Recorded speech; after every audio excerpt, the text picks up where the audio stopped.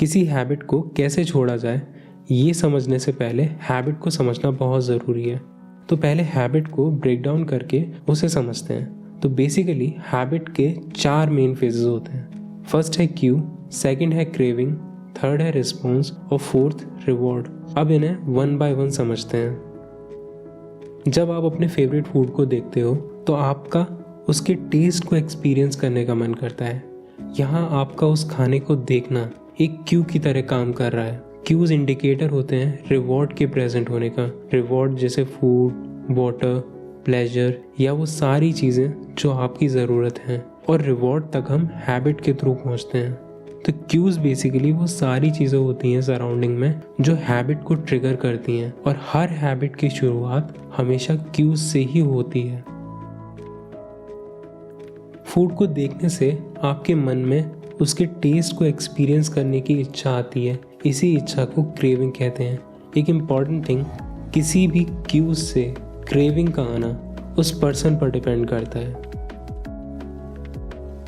जब आपका उस फूड को खाने का मन करता है तो आप फिजिकली मूव करते हैं और उसे खाते हैं। तो जो फिजिकल एक्शन आप कर रहे होते हैं अपनी इच्छा को पूरा करने के लिए, वो रिस्पॉन्स फेज में आता है।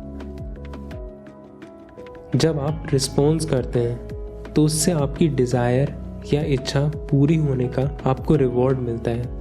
यह रिवॉर्ड फेज में आता है। तो बेसिकली रिवॉर्ड फेज में आपकी इच्छा पूरी हो रही होती है। हैबिट की ये चारों फेजेस मिलके एक फीडबैक लूप बनाते हैं, और किसी हैबिट के रिपीट होने पे ये चारों फेजेस कंप्लीट हो रहे होते हैं। स्टार्टिंग में क्यूज हैबिट को ट्रिगर करते हैं जिससे क्रेविंग जनरेट होती है, फिर हम रिस्पॉन्स करते हैं और एंड में हमें रिवॉर्ड मिलता है। यहाँ पे हैबिट एंड हो जाती है। अब किसी हैबिट को अवॉइड करने के लिए आप इसके चारों फेजेस को वीक कर दीजिए। अपनी सराउंडिंग से क्यूज रिमूव कर दीजिए, हैबिट को अनअट्रैक्टिव बना दीजिए, रिस्पॉन्स को डिफ़िकल्ट और रिवॉर्ड को अनसेटिस्फैक्ट्री बना दीजिए, और थोड़े टाइम बाद आप उस हैबिट को रिपीट करना बंद कर देंगे। अब देखते हैं इसे एक्चुअल में अप्लाई कैसे कर सकते हैं। अगर आप अपनी सराउंडिंग से किसी हैबिट से जुड़े सारे क्यूज हटा दें तो वो हैबिट शुरू नहीं होगी। जैसे अगर आपको देर रात तक फ़ोन यूज़ करने की हैबिट है तो इसे अवॉइड करने के लिए आप सोने के टाइम से पहले फ़ोन को दूसरे रूम में रख दीजिए। इससे उस हैबिट से जुड़े क्यूज हट जाएंगे और आप उस हैबिट को अवॉइड कर पाएंगे। अगर आप हैबिट को अनअट्रैक्टिव बना दें तो आपके पास कोई रीज़न नहीं होगा रिस्पॉन्स करने का। ऐसा करने के लिए आप उस हैबिट के सारे बेनिफिट्स जो आपको लगते हैं पेपर पर लिख लीजिए। फिर उन सेंटेंसेस को इस टाइप से रिफ्रेम कीजिए जिससे उनका मतलब ऐसा निकल रहा हो कि आपको उससे कोई बेनिफिट नहीं मिलता या वो हैबिट आपके लिए हार्मफुल है। आप उस हैबिट के डिसएडवांटेजेस भी हाईलाइट कर सकते हैं।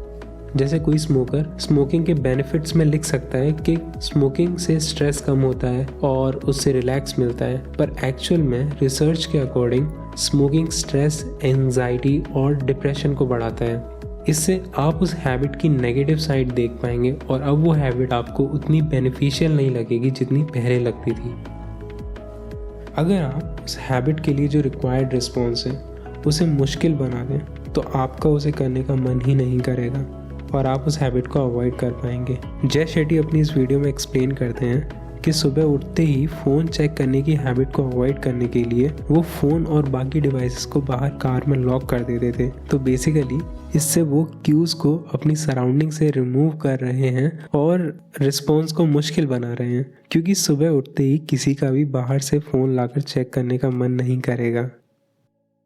अनसेटिस्फैक्ट्री बनाने के लिए आप एक अकाउंटेबिलिटी पार्टनर रख सकते हैं, मतलब कोई इंसान जो आपको मॉनिटर करे, और जब भी आप उस हैबिट को रिपीट करें तो आपको तुरंत ही ऐसा भी कुछ करना होगा जो आपको करना पसंद नहीं है।